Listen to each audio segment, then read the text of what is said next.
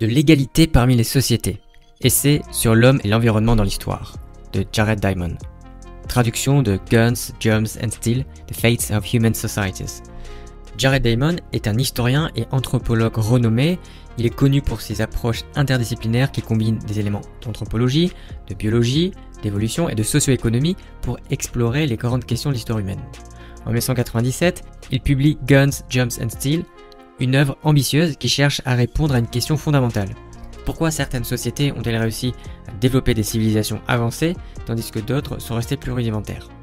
L'ouvrage se distingue par son approche multidisciplinaire. Diamond utilise des outils de différentes disciplines pour examiner les causes profondes des inégalités mondiales. Les thèmes principaux abordés incluent l'anthropologie pour comprendre les cultures humaines, la biologie pour étudier l'évolution humaine et les impacts des maladies, l'évolution pour retracer le développement des sociétés humaines et la socio-économie pour analyser les structures sociales et économiques qui ont émergé au fil du temps. L'ouvrage cherche à démontrer que les différences de développement entre les sociétés ne sont pas le résultat de différences biologiques inhérentes entre les peuples, mais plutôt des conséquences de facteurs géographiques et environnementaux. Il soutient que les sociétés qui ont eu accès à des ressources naturelles abondantes et à des conditions géographiques favorables ont pu développer des systèmes de production alimentaire avancés, ce qui a conduit à des populations plus denses, à des innovations technologiques et à des structures politiques complexes. Le livre examine une période allant des premiers jours de l'humanité à l'ère moderne, couvrant environ 13 000 ans d'histoire. Diamond explore les questions clés telles que pourquoi certaines sociétés ont-elles adopté l'agriculture plutôt que d'autres, comment les germes et les maladies ont-ils influencé les conquêtes et les colonisations, quelles sont les conditions qui ont permis l'émergence de technologies avancées et des structures politiques centralisées.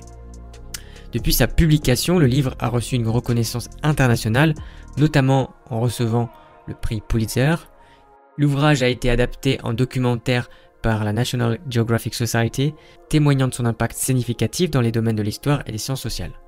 Diamond offre une perspective nuancée et fondée sur des preuves scientifiques pour expliquer les inégalités mondiales, encourageant une réflexion plus éclairée sur l'histoire de l'humanité et ses implications contemporaines. Partie 1. Importance de la géographie et de l'écologie. Jared Diamond met en avant une thèse principale. Les facteurs géographiques et écologiques ont joué un rôle crucial dans le développement des sociétés humaines. Contrairement aux arguments basés sur les différences biologiques entre les peuples, Diamond soutient que ce sont les conditions environnementales qui ont principalement déterminé pourquoi certaines sociétés ont prospéré tandis que d'autres sont restées stagnantes. Il réfute l'idée que les inégalités entre les sociétés sont dues à des différences biologiques inhérentes. Il démontre que les peuples de différentes régions du monde ont évolué de manière inégale, principalement à cause des variations géographiques et écologiques. Ces facteurs ont influencé la disponibilité des ressources naturelles, cruciales pour le développement de l'agriculture, de la technologie et des structures sociales complexes. L'environnement a un impact direct sur la capacité d'une société à se développer. Par exemple, les régions dotées de terres fertiles et de climats favorables ont permis le développement précoce de l'agriculture, ce qui a conduit à des populations plus denses et une accumulation de surplus alimentaires. Ces surplus ont ensuite permis la spécialisation des tâches, l'innovation technologique et la formation de structures politiques centralisées. La disponibilité des ressources naturelles, telles que les plantes et les animaux domesticables, a également joué un rôle déterminant. Les sociétés qui avaient accès à une plus grande variété de plantes nutritives et à des animaux faciles à domestiquer ont pu développer des systèmes agricoles plus avancés. Cela a conduit à une production alimentaire plus stable et à une croissance démographique accrue. Le climat et le terrain ont également été des facteurs déterminants. Les régions avec des climats tempérés et des terrains variés ont souvent permis une agriculture plus diversifiée et résiliente. A l'inverse, les environnements hostiles, comme les déserts et les forêts tropicales denses, ont limité la capacité des sociétés à développer des systèmes agricoles productifs. Partie 2. Transition de la chasse et cueillette à la production alimentaire. Jared Diamond explore la transition cruciale de la chasse et de la cueillette à la production alimentaire, un tournant majeur dans l'évolution de l'humanité. Cette transition a commencé il y a environ 11 000 ans. Elle a été déterminante pour le développement des sociétés humaines. La transition vers l'agriculture a marqué une étape clé dans l'évolution de l'humanité. Avant cette période, les êtres humains étaient principalement des chasseurs-cueilleurs, vivant de ce que la nature pouvait leur offrir. Le début de l'agriculture a permis aux sociétés de se sédentariser, de contrôler et de produire leur nourriture, ouvrant ainsi la voie à des changements sociaux et culturels profonds. L'agriculture a émergé indépendamment dans différentes régions du monde, telles que le croissant fertile au Moyen-Orient, la vallée de l'Indus et les vallées du Yangtze et du Huanghe en Chine. Ce passage à la production alimentaire a eu lieu à des rythmes différents selon les régions, ce qui a influencé de manière significative les trajectoires de développement des sociétés. Les différences dans les taux de développement des sociétés agricoles peuvent être attribuées à plusieurs facteurs, notamment la disponibilité des plantes et des animaux domesticables, ainsi que les conditions climatiques et géographiques. Certaines sociétés ont pu adopter l'agriculture plus rapidement en raison de conditions environnementales plus favorables, tandis que d'autres sont restés plus longtemps des chasseurs-cueilleurs. La production alimentaire a offert de nombreux avantages. Tout d'abord, elle a permis de soutenir des populations plus larges en assurant un approvisionnement alimentaire plus stable et prévisible. Cela a conduit à une croissance démographique significative et à l'émergence de villes et villages. Avec l'augmentation de la production alimentaire, les sociétés ont pu nourrir des populations plus grandes, ce qui a favorisé la division du travail et la domestication des tâches. Cette spécialisation a à son tour stimulé l'innovation et le développement de technologies sophistiquées telles que l'irrigation, les outils agricoles avancés et plus tard les armes et les métaux. L'agriculture a également permis la création de surplus alimentaires qui pouvaient être stockés et utilisés pour soutenir des populations non productrices, comme les artisans, les soldats et les bureaucrates. Ces surplus ont été essentiels pour le développement de structures politiques et sociales complexes. La sédentarisation et l'accumulation des surplus alimentaires ont favorisé l'émergence de structures politiques et sociales plus élaborées. Les gouvernements centralisés, des systèmes de taxation et des hiérarchies sociales se sont développés, ce qui a permis une organisation sociale plus complexe et une gestion plus efficace des ressources. Partie 3. Impact des germes. Diamond examine comment les germes ont eu un impact profond sur l'histoire humaine, jouant un rôle crucial dans les conflits et les conquêtes. Les épidémies, qui proviennent souvent des animaux domestiqués, ont façonné le destin de nombreuses sociétés. Les épidémies telles que la variole, la grippe et la peste trouvent souvent leur origine dans les germes transmis des animaux aux humains. Les animaux domestiqués, en particulier les troupeaux comme les bovins, les ovins et les porcins, ont été les vecteurs initiaux de nombreuses maladies infectieuses qui ont ensuite évolué pour infecter les populations humaines. Lorsque les humains ont commencé à domestiquer les animaux, ils ont été exposés à de nouveaux agents pathogènes. Ces germes initialement inoffensifs, peu virulents pour les animaux, ont parfois muté pour devenir des maladies graves chez l'homme. Cette proximité constante avec les animaux domestiqués ont créé un environnement propice à la transmission et à l'évolution des maladies. Les populations qui ont vécu pendant de longues périodes en contact étroit avec des animaux domestiqués ont développé une certaine immunité contre ces maladies. Cette immunité s'est construite au fil des générations, les survivants des épidémies transmettant leurs gènes résistants à leurs descendants. Ainsi, les sociétés avec une longue histoire de domestication animale étaient mieux protégées contre certaines maladies. Les épidémies ont eu des conséquences dévastatrices pour les sociétés sans immunité préalable.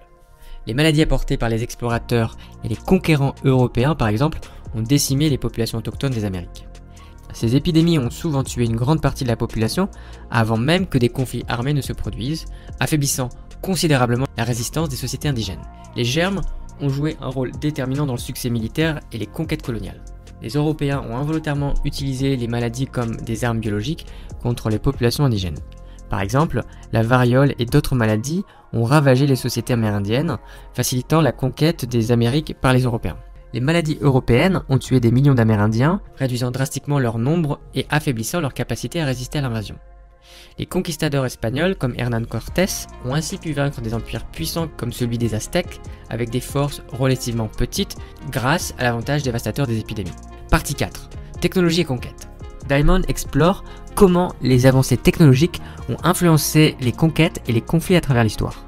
Le développement technologique, en particulier l'importance des armes et des outils en métal, a conféré des avantages militaires et coloniaux déterminants. Le développement technologique est un facteur clé dans la capacité des sociétés à conquérir et dominer d'autres groupes.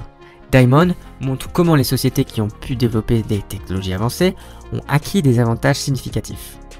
L'innovation technologique, qu'il s'agisse d'armes, d'outils ou de moyens de transport, a souvent déterminé l'issue des conflits et des expansions coloniales. Les armes et les outils en métal, notamment en acier, ont joué un rôle crucial dans les succès militaires. Les sociétés qui ont maîtrisé la métallurgie ont pu produire des armes plus efficaces, telles que des épées, des lances et plus tard des armes à feu.